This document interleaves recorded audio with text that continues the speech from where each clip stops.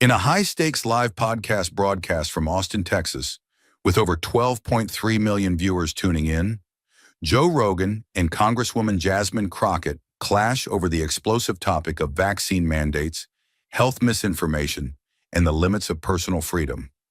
Rogan defends the right to question the system, citing government flip-flops and public distrust, until Jasmine calmly reveals a secret recording exposing one of his guests taking $50,000 per appearance to push anti-vaccine rhetoric.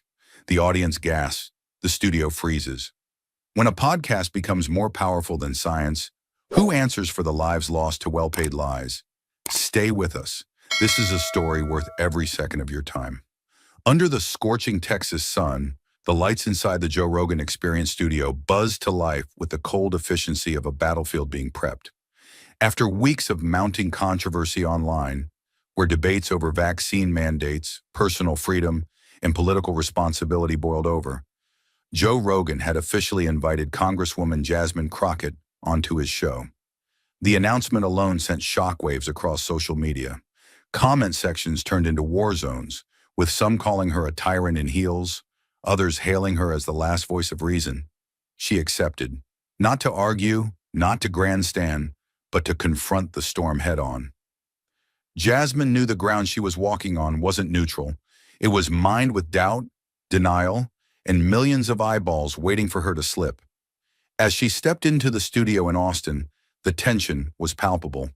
The chairs looked soft, but the room felt like a courtroom without rules. Over 3.2 million viewers were tuned in live, watching, judging, calculating. This was more than a podcast. It was a televised battleground for the soul of a fractured nation. The opening moments were deceptively calm, like the surface of water before a crocodile strikes. Joe Rogan, in his signature black tee and steely-eyed posture, welcomed Jasmine with a handshake, half curious, half combative. The banter was civil, for a minute. Jasmine sat poised, not smiling but not hostile. She had come with one purpose: to speak truth into a space where truth had become elastic. Then, without warning, Rogan leaned into the mic and dropped the opening salvo with a voice heavy in conviction. Americans have the right not to take a vaccine if they don't trust the government. That's what freedom means. The sentence sliced through the air like a loaded bullet. The chat feed exploded. Millions watching knew the real debate had begun. Jasmine held her gaze. She didn't blink. She knew this wasn't just about science or law. It was about who lives and who dies when powerful voices dress fear in the robes of freedom. And she was ready to respond, not just for herself, but for the silent graves left in the wake of misinformation. And then, just as Jasmine inhaled to steady herself, Joe Rogan struck. He leaned into the microphone with the gravity of a man about to deliver a verdict, not a question.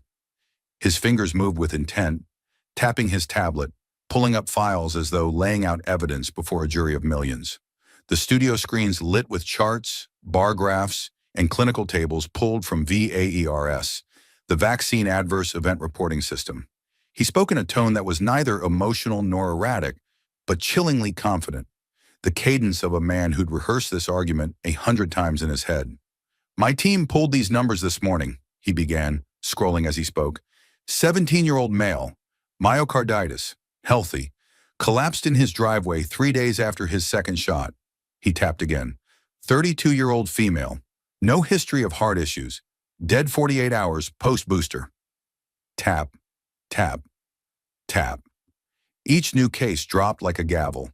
Each name, though anonymous, landed with the weight of a tombstone. The camera cut to Jasmine. Her face was composed, but her eyes betrayed a storm beneath. She wasn't shocked by the data. She'd seen the numbers before, studied them. But what chilled her was how Joe wrapped it all in a story, a narrative that weaponized tragedy without context. "You see," he continued, adjusting his mic as if addressing the conscience of the nation, "we're told to follow the science. But when someone dies after a vaccine, the narrative machine kicks in. Coincidence? Rare. Underlying condition? Always something else to blame. But if someone dies from COVID, suddenly it's their fault. They weren't responsible. They didn't care about others. They should have gotten the jab. He paused, deliberate, surgical. How's that science? That's not logic, that's doctrine. The room fell silent except for the whir of the hard drives and the muted breath of millions watching live. Jasmine's spine stiffened, the air thick around her. Rogan wasn't shouting, wasn't insulting. He was doing something far more dangerous. He was appearing reasonable. He turned personal loss into statistical leverage and legitimate uncertainty into a wedge between trust and truth. And yet in that moment, Jasmine wasn't just a congresswoman or a guest. She was the line between grief and disinformation, between a world that learns from tragedy and one that exploits it. The silence clung to the room like smoke, thick, tense, and charged with anticipation. Joe Rogan exhaled slowly, not from exhaustion, but from precision. He knew the next pivot wasn't just rhetorical, it was existential. He didn't rush. He didn't shout. He spoke like a man peeling back a curtain he believed had shielded a nation from truth. "Let's get something straight," he said, his voice sharpening into a blade. "I'm not anti-science. I'm not anti-vaccine. But I am anti-bullshit." He reached across the desk and tapped his tablet, pulling up headlines, articles, corporate reports, all of them laced with glowing praise for pharmaceutical companies. Pfizer, Modern, Johnson & Johnson. Their logos spun silently on the monitor behind him, like brands on casino reels. "These companies spend more on advertising than they do on research," he said, eyes locking on Jasmine. "NBC, CNN, Fox, they all take their money. So when something goes wrong, when data doesn't look good, do you really think the coverage stays neutral?" He raised an eyebrow, letting the implications settle like ash on a fresh grave. He didn't wait for her answer. "This isn't conspiracy. It's accounting. You can trace the money, follow the ads, follow the donors, follow the pressure." His voice tightened, fists gently clenching atop the desk. "I ask questions about that, basic questions, and suddenly I'm a danger to democracy? A science denier? Hell, I'm not selling anything. I'm not the one with $1 trillion product to protect. I don't get campaign checks from Pfizer. I'm just sitting in this chair asking what your government refuses to." The words landed with brutal clarity. He wasn't making a scientific argument. He was building a moral indictment, one aimed not just at institutions, but at the woman sitting across from him. Jasmine could feel it. The narrative wasn't just challenging her facts, it was poisoning the soil she stood on. He'd positioned himself as the rebel outsider, and her as the polished gatekeeper of a system many already distrusted. It wasn't science versus skepticism, it was trust versus betrayal, and Rogan had just redrawn the battle lines. But for all the charts and headlines, the sound bites and accusations, Jasmine didn't blink. She absorbed every word like shrapnel to the chest, and still didn't flinch. The air in the studio had turned heavy, as if it too understood what was coming. Rogan had unleashed a barrage of numbers, media critiques, and suspicions soaked in confidence. But Jasmine had something more than data. She had a name. She leaned slightly forward, her spine straight but her voice dipped low. Intimate, unwavering, filled with a gravity that no algorithm could compute. "You talk about accountability, Joe," she began, her gaze fixed not at him, but through the camera, into the eyes of the millions watching. "So let me make this real. Let me give you one name." Her name was Ruby. She let the silence follow that name like a eulogy. Ruby wasn't a statistic. She wasn't a data point in VAERS or a face in a political ad. She was my mother, not by birth, but in every way that counts. She raised me when I had no voice. She fought for me when I had no future. And she believed in people even when the world gave her every reason not to. Jasmine's hands rested flat on the desk, her fingers calm but firm, like a judge ready to deliver a ruling of her own. She lived in a small town in East Texas. One gas station, 2 churches, no hospital, a town where cell signals dropped, but radio signals didn't, a place where information didn't flow freely, it was funneled. And one day a voice slipped through that funnel. Her tone shifted, softer now but heavier. She was diagnosed with early-stage cancer, caught it fast. Her prognosis was good. We thought we had time. We had a plan. Chemo was scheduled. The doctors were hopeful. I was hopeful. But Ruby had started listening to a podcast, a popular one. It said vaccines were a form of population control, that the government wanted to track us, that Black and brown communities were the real test subjects in some global pharmaceutical experiment. It sounded educated, calm, confident. It quoted studies but never cited them. It said what she already feared, and so Ruby refused the vaccine. Jasmine's jaw clenched, but her voice never wavered. I tried to talk to her. I sent her studies, talked to her doctors, begged her to take the shot just to be safe. But that podcast had already done its work. It had drilled deep into her trust. And so, she told me she didn't want to risk being a guinea pig. She said she didn't want to end her life in a hospital bed, surrounded by people in masks, whispering through glass. Jasmine took a breath, one that held the weight of every unspoken goodbye. So she stayed home. She canceled her chemo. She wore a cross around her neck and kept a printed Bible verse on her nightstand. And she waited for God to shield her. The air around her pulsed with the unbearable quiet of held breath. Then came the neighbor's son, a sweet kid, 15 years old, home from school, didn't know he was sick. He dropped off groceries like he always did. 2 days later, Ruby started coughing. Day 3, she couldn't taste her food. By day 5, she was running a fever of 103. I begged her to let me bring her to a hospital. She said no. It's just a cold, she told me. Don't let them scare you. On day 7, she couldn't get out of bed. Her oxygen dropped to 83. I called the ambulance. She refused to get in. She said, I'll be fine. I just need to rest. Day 8, she stopped answering her phone. Jasmine closed her eyes for a second, not to cry, but to steady the storm.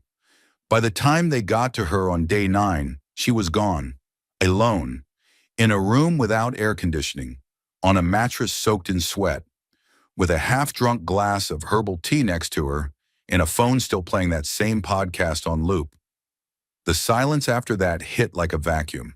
Not one word from the control room, not one keyboard tap from the production team. Just Jasmine, just her story, and the ghost of a woman who should still be alive. Ruby didn't die from COVID, Jasmine said, eyes locked forward, sharp as steel. She died from fear. Fear crafted with surgical precision. Fear disguised as wisdom. She died from a voice that never had to see the consequences of its words. Her breath slowed. Her hands remained still. You say you're not anti-science, Joe. You say you're just asking questions. But Ruby didn't hear them as questions. She heard them as warnings, as truth, because they came from a voice that sounded sure. And when people are scared, they don't fact-check confidence. They follow it. Her voice darkened.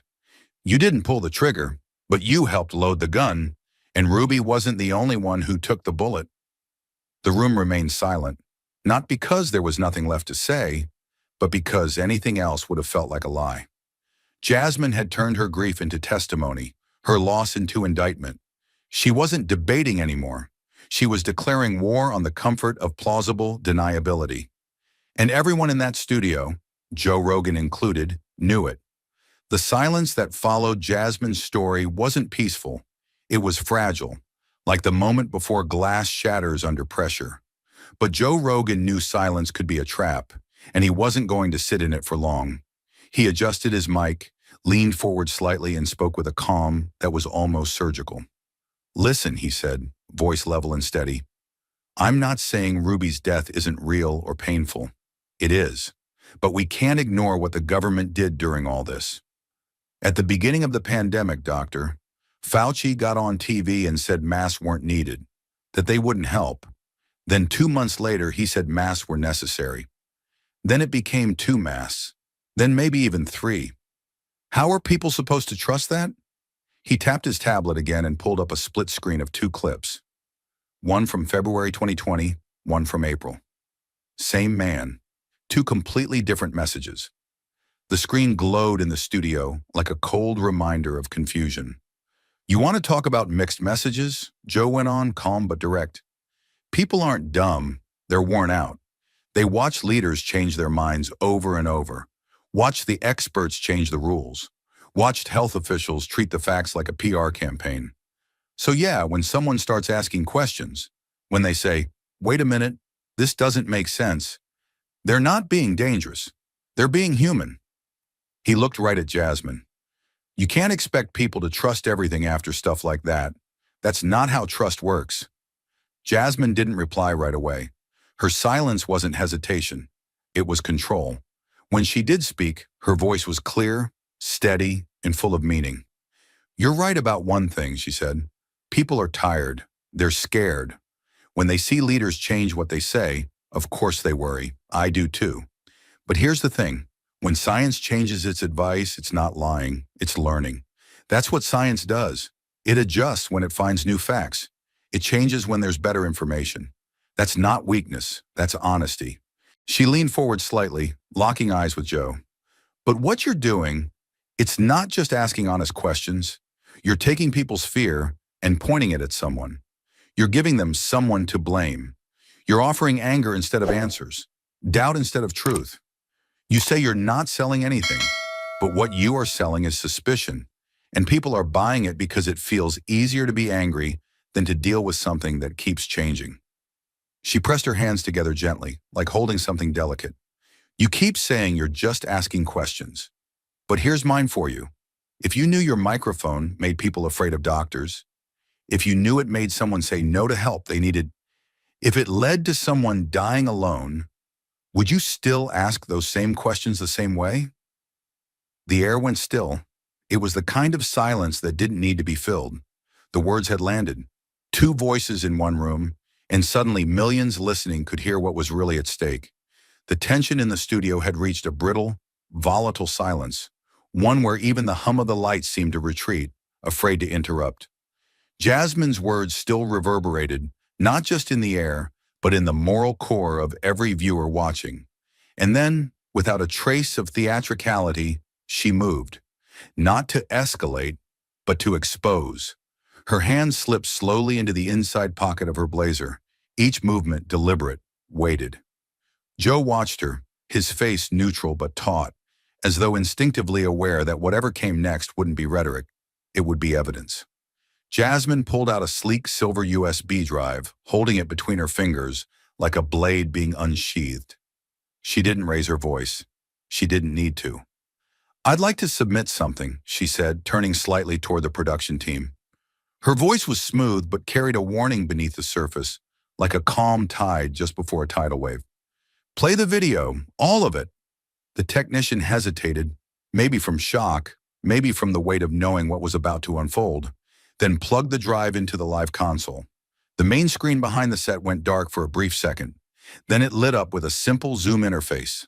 A video began to play. The image wasn't crystal clear, but it didn't need to be. What it lacked in production quality, it made up for in devastation.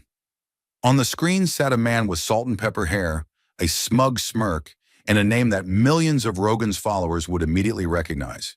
He had been on Joe's show multiple times, marketed as an independent medical researcher who dared to challenge the establishment. In those appearances, he'd questioned vaccine safety, thrown suspicion on the CDC, and warned against what he called mass inoculation madness. But now there was no studio, no lighting crew, no polished backdrop, just a quiet Zoom call between him and what appeared to be a marketing consultant from a media firm. Jasmine's voice floated in, soft but sharp, narrating, "This is a meeting from 4 months ago.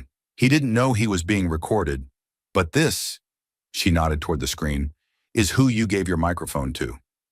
On the video, the man leaned back in his chair and laughed, a full, unbothered laugh. "So yeah," he said casually, "I can do the spike protein angle again. You want it darker this time? Maybe lean into fertility fears a bit? I've got a couple of good lines that'll rile them up." Across the screen, the consultant responded, tone businesslike, "We're thinking $50,000 per appearance, with bonuses for anything that hits over 500,000 views in the first 48 hours. The man grinned wider. "Perfect," he said. "You want fear? I'll give you fear. mRNA sounds scary. I'll say it attacks DNA. Whatever keeps the engagement up." The camera stayed locked on him as he took a sip of coffee, then added, almost offhand, almost amused, "Let's be honest. Right or wrong doesn't really matter. If it goes viral, we win." Gasps erupted from the control room. A lighting assistant standing in the corner shifted uncomfortably. The video ended not with a fade out, but with a cold screen freeze on his smirking face. A final image more damning than any shouted accusation. The silence that followed wasn't just stillness, it was collapse. The kind of silence that swallows a room whole. Joe Rogan stared at the screen. His posture, usually loose, commanding, full of bravado, had tightened, like someone who'd just been handed a weight they couldn't ignore. He didn't speak. He didn't move. His eyes lingered on the screen, then drifted down to the desk, as if searching for words beneath the surface of the wood grain. For the first time since the conversation began, the voice that had launched 1,000 arguments was mute. And Jasmine, she didn't gloat. She didn't lean back or let her eyes say, "I told you so." She simply sat there, still, composed, her breath steady. This wasn't a victory, it was a reckoning. A quiet declaration that truth, when armed with receipts, didn't need to shout. After what felt like a full minute, Jasmine broke the silence, not to push, but to finish. Her voice was almost a whisper, yet it carried like thunder across a canyon.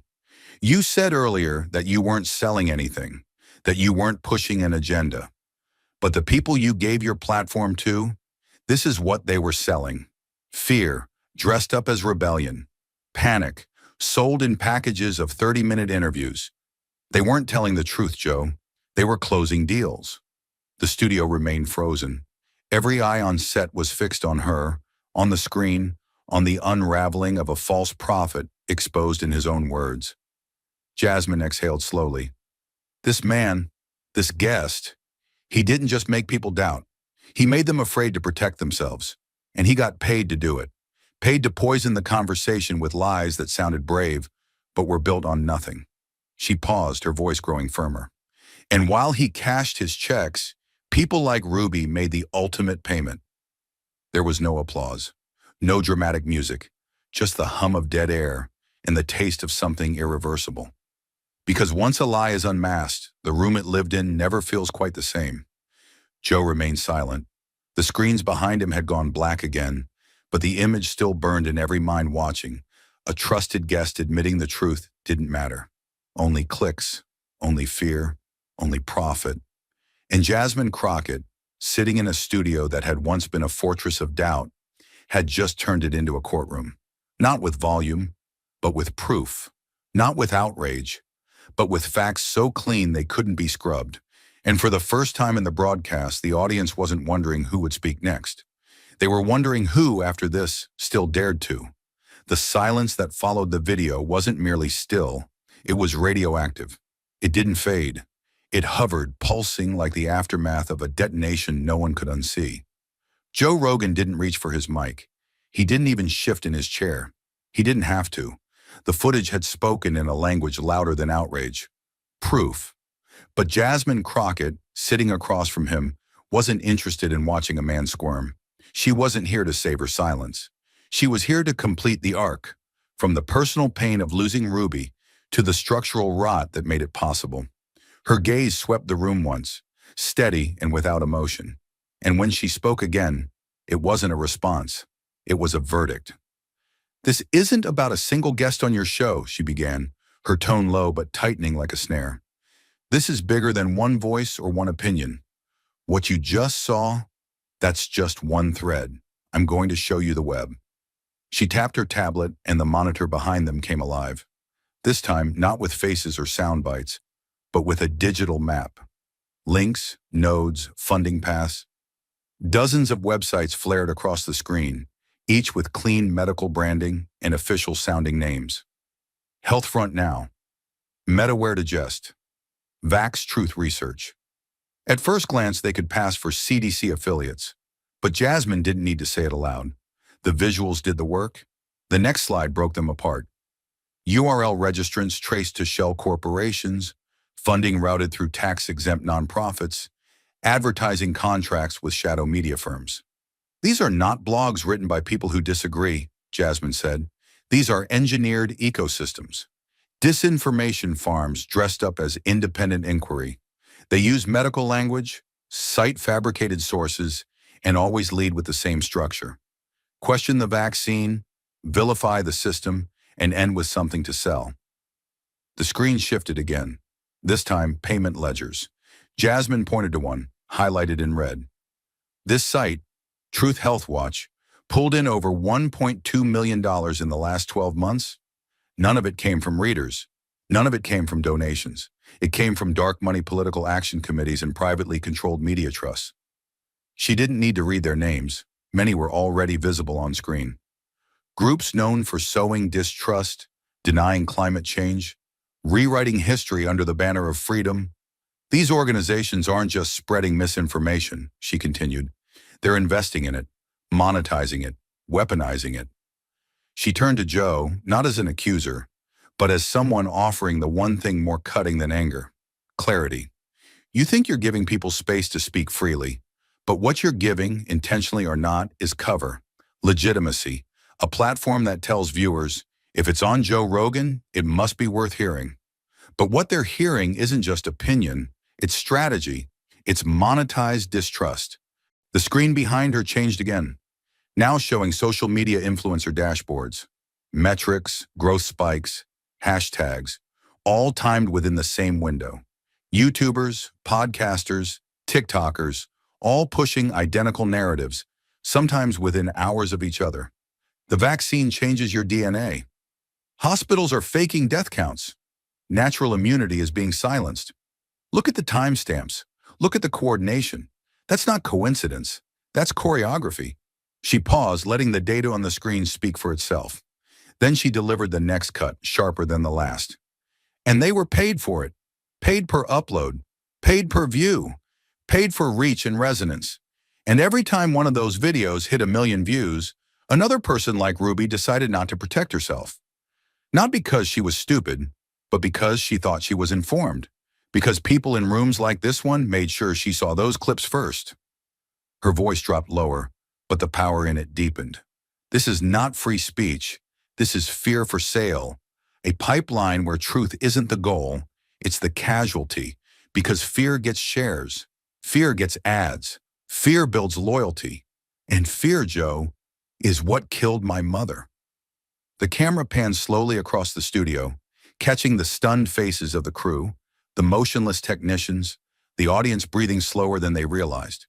Joe was still silent, his hands clasped tightly in front of him. The studio had become a courtroom. The charge had shifted from bad judgment to complicity. Jasmine leaned in one final time and looked not at Joe, but directly into the lens, into the eyes of every viewer who had ever clicked, watched, shared, and wondered what was real. Dying from a virus is a tragedy, she said, her voice like a blade drawn clean. But dying because your trust was hijacked by people pretending to help you? That's not tragedy. That's a crime. No music played. No fade-out cue came. Only the reality that in a studio built for conversation, someone had just told the truth. And there was no algorithm prepared to dilute it.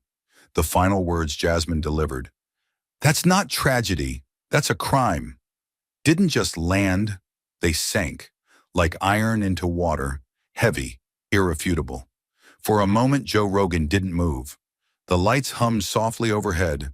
The control room behind the glass was still, and the comment feed, usually scrolling so fast it blurred, seemed to pause in collective breath. His hands were folded in front of him now, not in a defensive posture, but as if holding something invisible and fragile, the weight of culpability. Then finally his voice returned, not with its usual swagger, but in a tone flattened by something close to regret. I didn't know, he said, eyes not quite meeting Jasmine's. I didn't know about the payments, the invoices, the talking points. I never asked. The words were simple, but their edges were jagged. I brought them on because they sounded sharp, passionate, and anti-establishment. And I thought that was enough. I thought the audience could tell what was real. His voice dropped lower. I guess I was wrong to trust them that much. It was a moment no one expected. Joe Rogan conceding ground. Not just to Jasmine Crockett, but to the idea that his stage, his mic, his platform had been manipulated right under him. It was an admission, but it wasn't the end of the fight, because within seconds his gaze lifted, sharper now, not hostile, but pivoting. Reaching for familiar ground, he spoke again, louder. But let's be honest here, Jasmine. Pfizer, Moderna, these aren't clean players. They made billions. They ran PR campaigns. They pushed mandates while cutting backdoor deals with governments. They lobbied for immunity, legal immunity. That's not what innocent people do. He sat forward now, hands open, reclaiming space, not dominance, but presence. They crushed dissent. They worked with tech platforms to silence critics. They rewrote what science meant in real time. So if we're going to talk about the power of misinformation, we can't leave them out. Otherwise, this isn't a real conversation. It's just theater. It was a calculated redirection, a return to the core suspicion that had made Rogan a voice for millions who felt manipulated by institutions. But Jasmine didn't blink.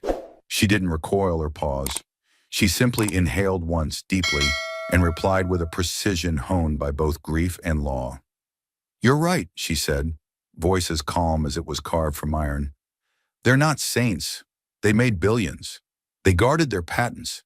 They pushed faster than they should have. I'll never defend that. But here's the difference. Pfizer sells medicine. You can take it or not, question it or not, sue them or not." She leaned forward slightly, the gravity in her tone sharpening. "But the people on your show, the influencers on those fake medical sites, they didn't sell medicine, Joe. They sold fear. And worse, they sold it dressed as freedom." Her voice deepened, each word landing with relentless clarity. "You think corporate greed is dangerous? You're not wrong. But weaponized doubt? That's not just dangerous. That's fatal. Because a pill might have side effects, but a lie doesn't just hurt one person. It spreads, it multiplies, it infects trust, fractures families, and leaves people like Ruby dying alone because someone with a mic made them believe doctors were killers." The studio was so quiet, you could hear the soft buzz of the overhead panels. No laughter, no witty retorts, no jokes. Jasmine wasn't shouting. She didn't need to, because truth, once it finds a still room, echoes deeper than any volume could carry. She ended with a sentence so stripped of theatrics, it cut sharper than anything else that had been said. "Profit is never innocent, but killing with doubt and calling it liberty, that's not freedom, that's execution with applause." And with that, even the air seemed to retreat. The final exchange had ended not with applause, not with outrage, but with something far more rare, silence that cracked from the inside out. When the live stream faded to black, the world didn't scroll past it. It froze. For a few long minutes after the broadcast ended, there were no trending hashtags, no hot takes, no memeable clips. Just stillness. The internet, so often an ocean of noise, felt like a vacuum. But vacuums don't last. And when the reaction came, it came like a flood breaking a dam. It started with one post, then another, then another. A nurse in Michigan uploaded a thread about her father, a retired firefighter who'd refused the vaccine after watching a 2-hour interview Rogan once hosted with an unlicensed expert. He died in the ICU, terrified of being experimented on. The thread went viral in under 10 minutes. Then came a woman in Florida whose husband left their hospital mid-treatment, convinced he could cure himself with zinc and prayer. Then a teacher from New Mexico. Then a 24-year-old from Idaho, whose older brother, healthy, athletic, collapsed in his apartment after a severe COVID infection he tried to sweat out with sauna sessions and ivermectin pills. By the third hour, the platform was no longer just a reaction space. It had become a digital graveyard of memory and regret. Under the hashtag #I wish he listened, thousands of stories flooded Twitter, Reddit, Instagram, TikTok, each one a testimony not just to loss, but to misled conviction. No politicians, no bots, just raw, unfiltered grief. Screenshots of text messages, funeral photos, final voicemails. The same phrases appeared over and over. He thought the hospital would kill him. She said she didn't trust the vaccine. They told me it was all fake. Jasmine's name trended within the first hour, but she didn't post. She didn't gloat. She didn't retweet. She simply sat in her office, eyes locked on the screen, watching an invisible wall collapse. She had carried Ruby's story alone for so long. Now it was no longer a whisper in grief. It was a chorus, a reckoning.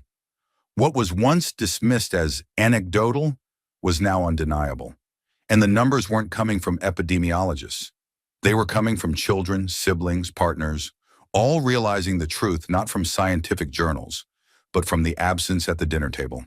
And then, just as the weight of the moment reached its unbearable peak, Joe Rogan broke his silence. No podcast, no video, no apology tour, just a single tweet. Simple, quiet, almost raw in its restraint. I never thought it could go that far, but today I saw it for myself. It was posted at 7:04 p.m. Central Standard Time. Within 3 minutes, it had 80,000 likes. Within an hour, 500,000. The replies poured in fast. Some were furious, others forgiving, but none were indifferent. A few longtime fans asked if he'd been gotten to, if he was now controlled.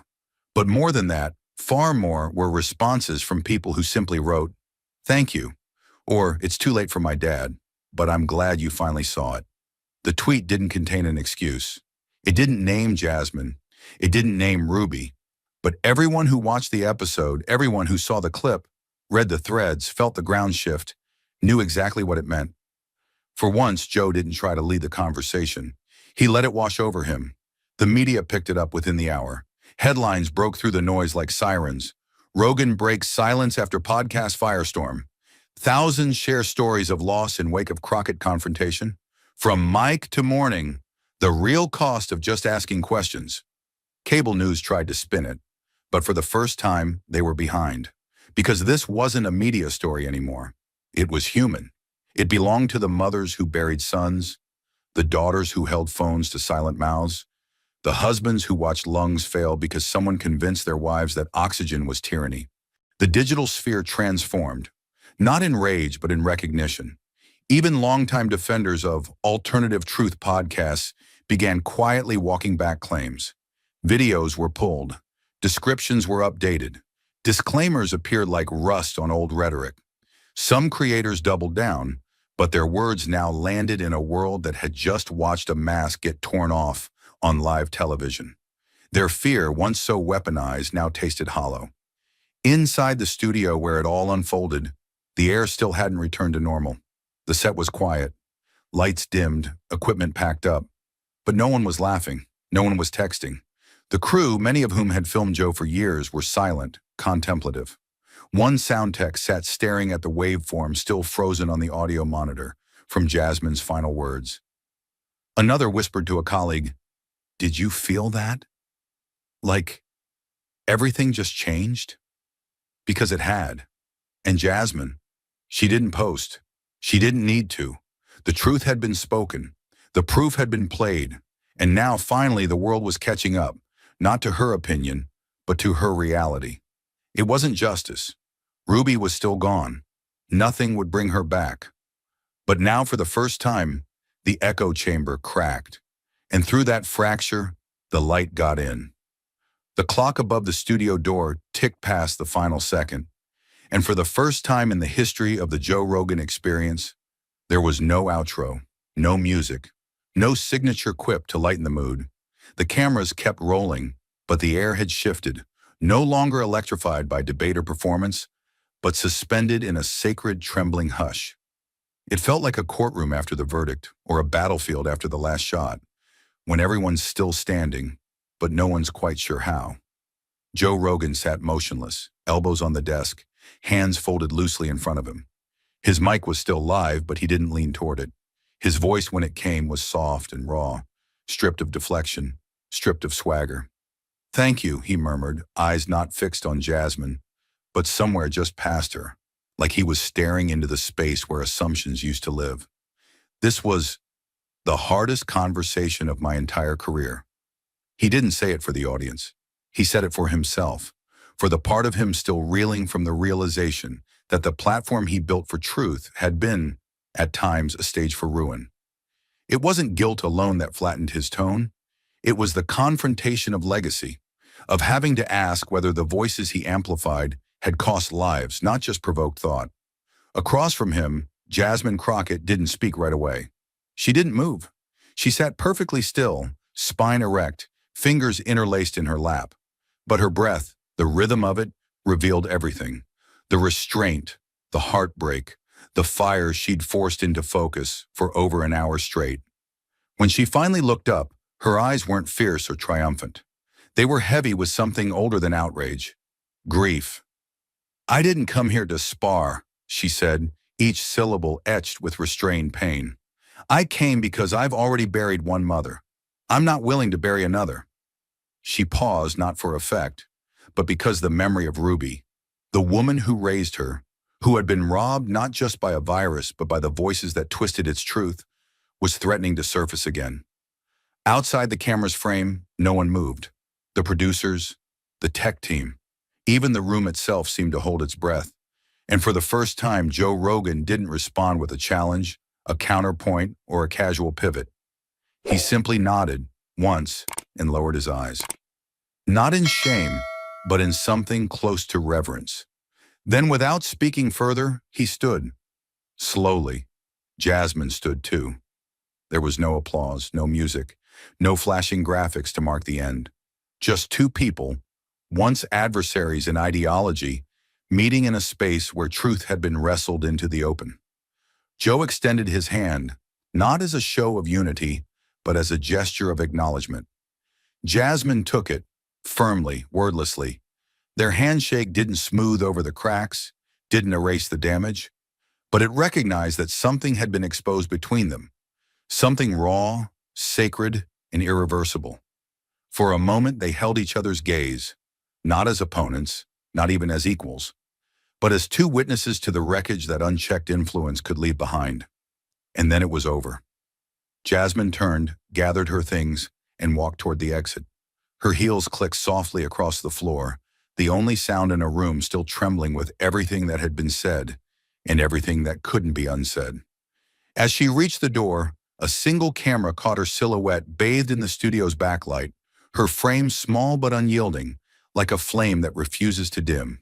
Joe remained standing, eyes fixed on the table between them, on the USB still lying there, on the untouched water glass, on the shadows stretching long across the wood. He didn't follow her.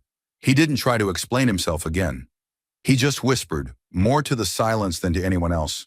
"We all think we're helping, until we realize we weren't."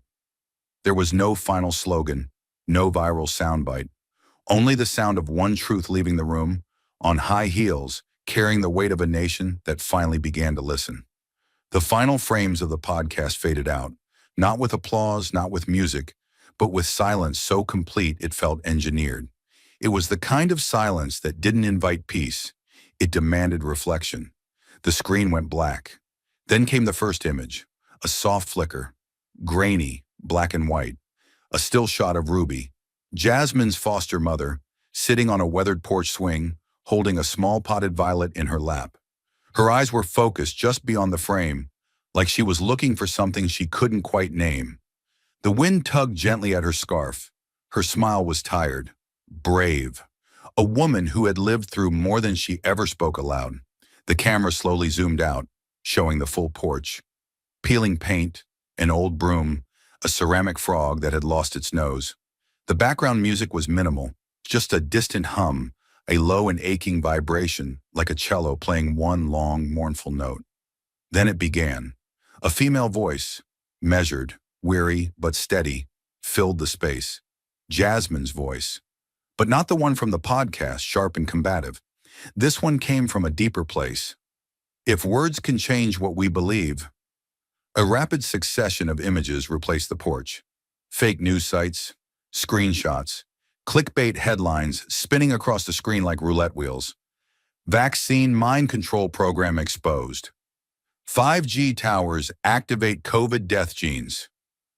Don't trust the FDA, truth inside. The voice pressed on. And belief can shape what we do. Clips of average Americans flashed by. A young father explaining to his kids why they wouldn't go to school because schools push the needle. An elderly woman praying over horse dewormer tablets. A teenager in his bedroom live streaming his decision not to vaccinate while commenters applauded. Then came Ruby's town, A map zoomed in on rural Texas, the kind of town with more cattle than doctors. A brief overhead shot of her neighborhood, sun-scorched, forgotten. The screen displayed a timestamp, July 2021, a slow dissolve transition to Ruby's name on a hospital intake screen. Ruby Ella Johnson, age 67. Symptom onset, fever, shortness of breath, cough. Days since positive test, 6. The voice sharpened. And actions can end a life? Static interrupted the visuals. Then came a voicemail. Ruby's voice, barely above a whisper. Hey, baby girl, I know I said I'd think about the vaccine, but I listened again to that doctor on the podcast. Said it messes with your immune system. I'm gonna ride this out, all right? I love you. Her voice faded as the screen turned black again, then exploded in white. A stark, brutal question appeared in block letters. Who takes responsibility when a nation chooses to live by podcasts instead of by truth? Suddenly, names began to appear, one at a time. First names, towns, causes of death. Not celebrities, just people. Lena, 52, Fort Wayne, Indiana, refused vaccine after watching Freedom Breathes YouTube channel. Died at home, alone.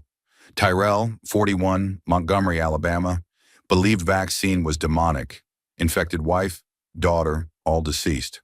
Marisol, 28, San Diego, California, shared anti-vax TikToks before being intubated. Final message, I wish I had listened. Each name flickered before fading, like candle flames snuffed by the wind. Then came Ruby's name again. Ruby Johnson, 67, Gorman, Texas, cancer treatable. COVID not. As her name lingered, images returned.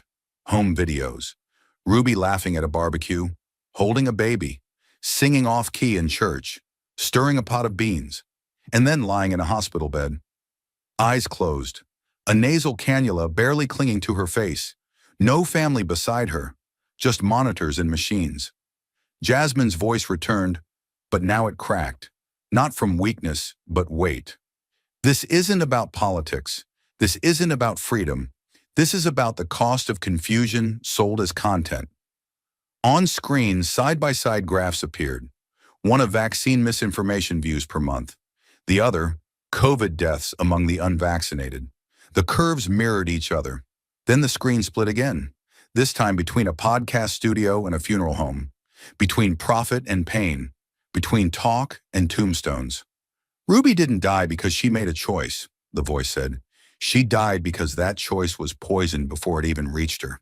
Footage showed the streets outside the studio where the podcast had been filmed. Crowds gathering, candles, posters, a hand-scrawled sign, "We trusted." They cashed in. Then a new montage.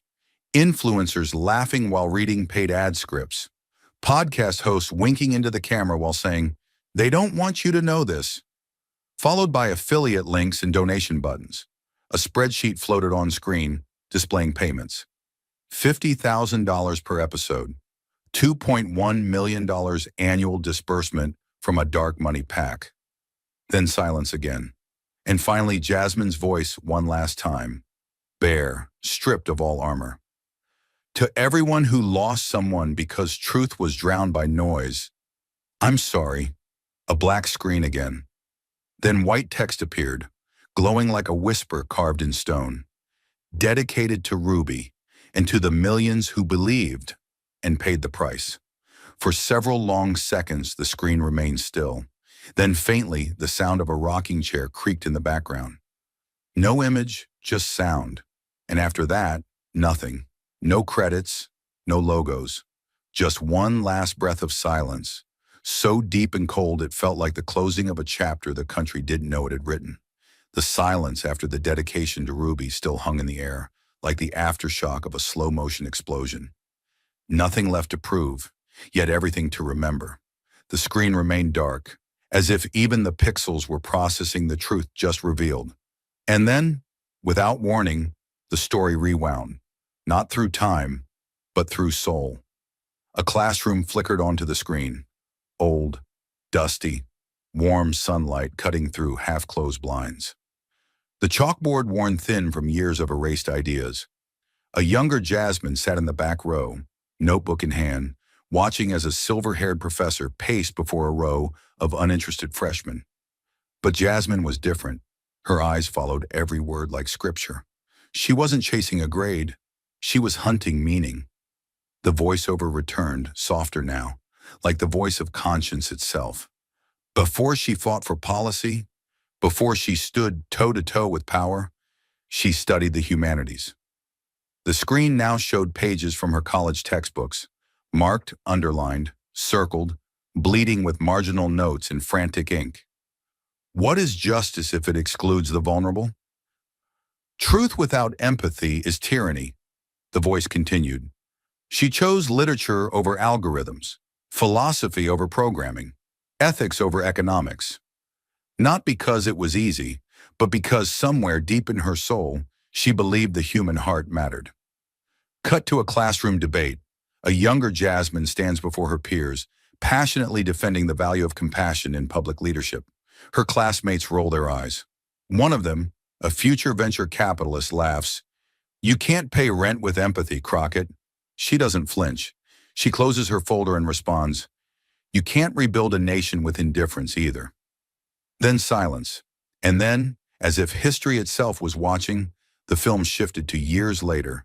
Jasmine in Congress. She's being talked over by a male colleague. Again. Her mic is cut, her time is limited, her voice is rushed, yet every time she resets, calm, resolute, carrying centuries of moral philosophy in every syllable. A voice cuts through again. People say studying the humanities is useless, but she didn't study it to be useful. She studied it to understand what we're supposed to be. The screen split into a collage. MLK quoting Thoreau, Angela Davis citing Kant, James Baldwin dismantling systemic injustice with nothing but language. And in the center, Jasmine. Jasmine reading Baldwin under a lamppost during her college work-study job. Jasmine arguing in class that Plato's Republic fails to account for Black women. Jasmine writing a paper titled "The Price of Being Human in a Dehumanized System." The score swelled, not triumphantly, but reverently. A soft choir began, wordless, like a memory hums instead of speaks. Then the tone shifted. New footage rolled. Jasmine walking into her first legal aid clinic, her humanities degree in one hand, law school rejection letters in the other. The woman at the front desk had laughed. "You majored in what?" "You should have picked finance, honey." But she stayed. She stayed when the client stories broke her. She stayed when the housing cases stacked higher than her paycheck. She stayed when judges cut her off, when politicians called her soft, when headlines ridiculed her as overly emotional. The camera zoomed into her eyes, then and now, still burning, still haunted, still brave. Back in the present day, in a dimly lit post-podcast corridor, Jasmine stands alone. Joe's studio is silent behind her. Her fists are clenched, not from anger, but from restraint. A producer walks by and says, almost dismissively, "You were impressive. Didn't know you were that sharp." She turns, slowly. Her voice is quiet, final. "I didn't learn that in law school. I learned that from reading Audre Lorde."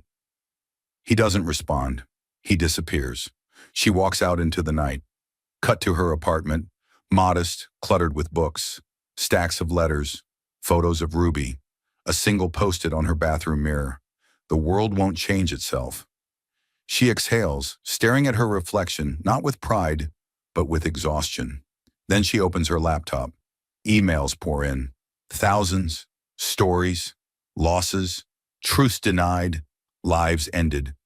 She opens one. A mother in Nebraska writes, "My husband thought the vaccine was poison. He listened to hours of it. He begged me not to take it.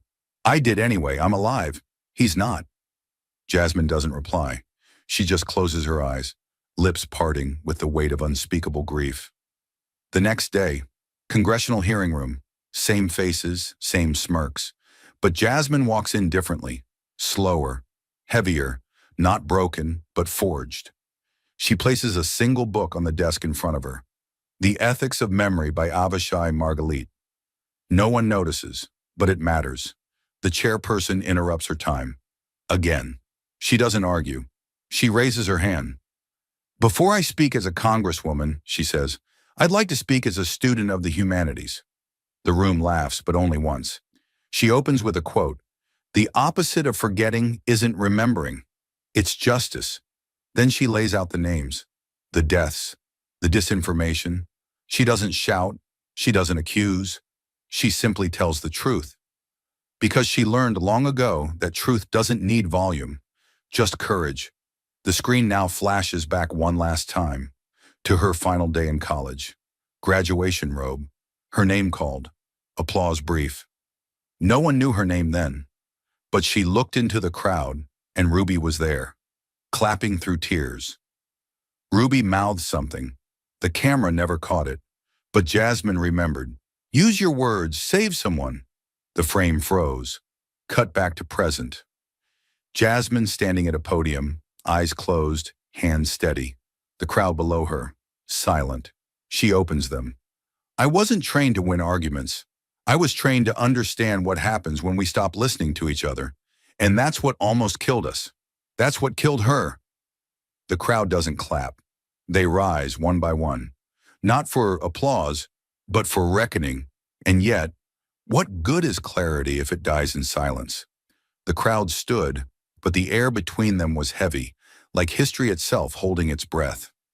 Jasmine's hands trembled slightly at her sides, not from fear, but from restraint. This was the moment every sleepless night had led to. Every funeral attended in silence. Every letter never answered. But she didn't raise her voice. She lowered it, like a conductor before the final movement. You stood for the dead, she began softly. Now stand for the living. A murmur rippled, but it wasn't noise. It was awakening. She walked down from the stage, not with swagger, but with sacred weight. Her eyes didn't scan the crowd for agreement. She looked for the ones who were unsure, the ones gripping the edge of belief, the ones who hadn't spoken, because they didn't know if it mattered. She spoke to them now. They tell us to move on, to stop blaming podcasts, to stop blaming disinformation. But moving on without accountability isn't healing. It's surrender. Behind her, the screen came alive. It was no longer charts or faces. It was mirrors. Real people holding real photos.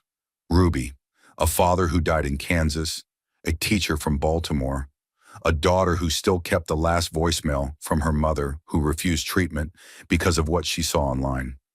If we don't hold the architects of this deception accountable, then we've learned nothing.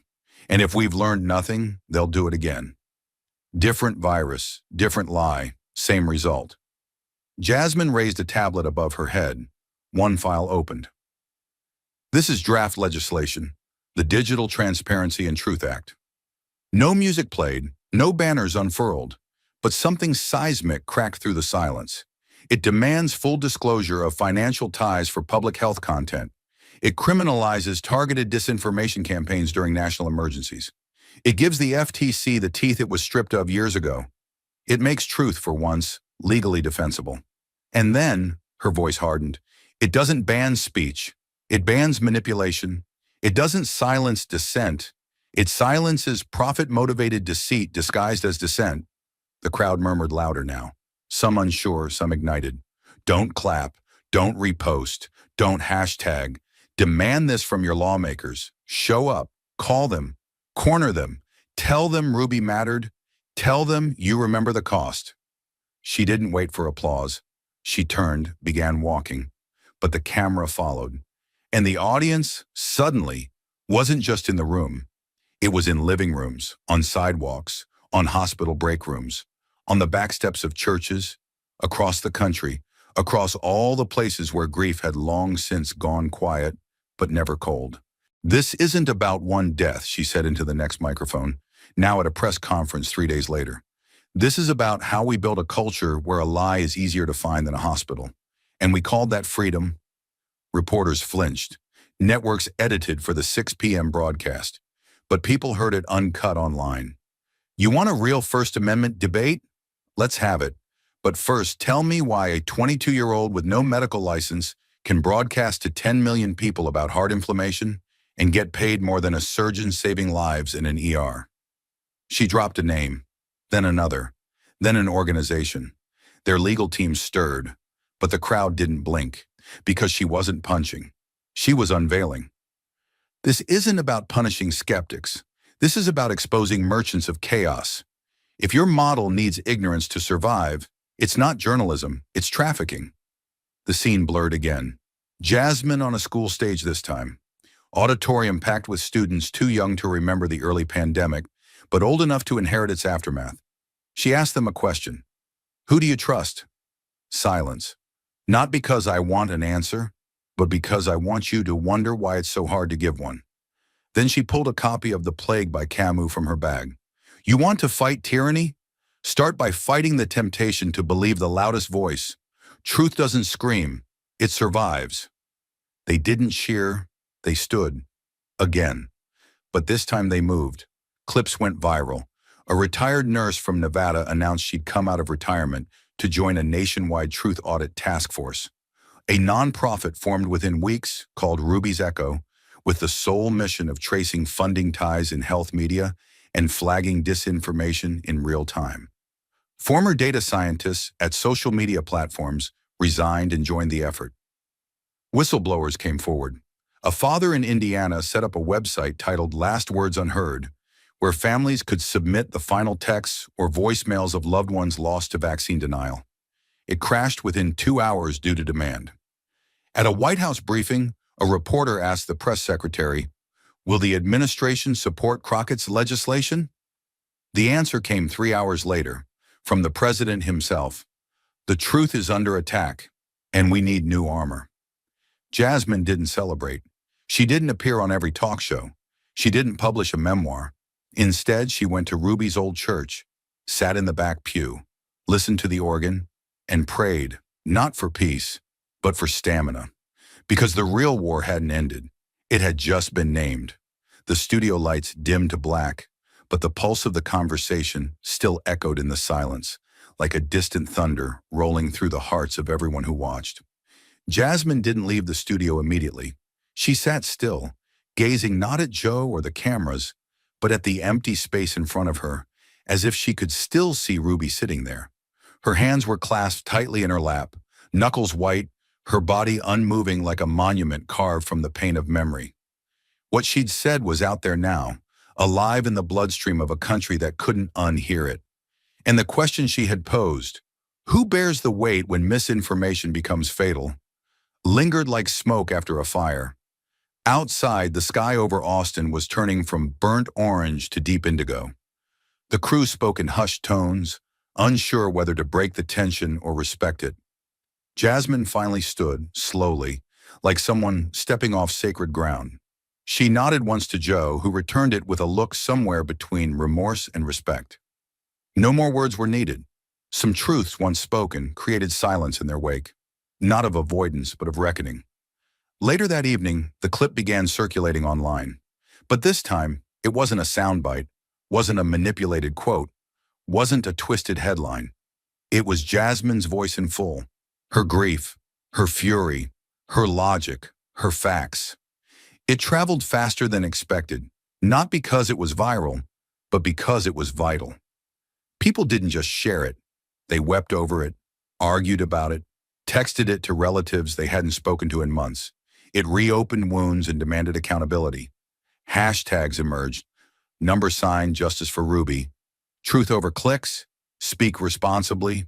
Celebrities shared it. Doctors commented on it. Even skeptical influencers, known for peddling distrust, posted it with captions like, "We need to listen."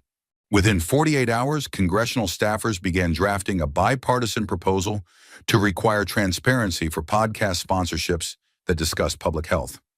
A coalition of physicians sent an open letter to Spotify, demanding better labeling systems for medically sensitive content.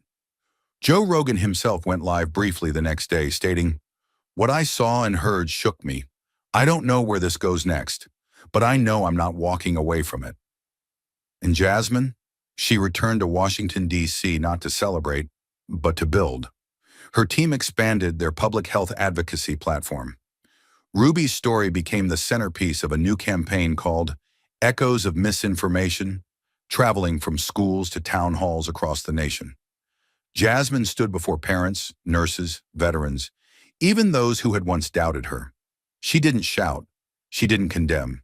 She invited them to listen, to Ruby's voice, to the cost of silence, and to the real meaning of responsibility in an age of amplified noise. One night, at a candlelight vigil in Houston, surrounded by a sea of quiet faces and trembling hands holding photos of loved ones lost, Jasmine spoke one sentence that landed like a bell tolling across a country on the brink of awakening. The truth may not always be convenient, but tonight, let it be enough to begin. Thank you for watching until this moment and for standing with us on this journey for justice. Your support means everything. Like, subscribe, and turn on notifications so you never miss what's next. And we'd love to hear your thoughts. Leave a comment below and let us know what moved you most in this story. Together, our voices make a difference.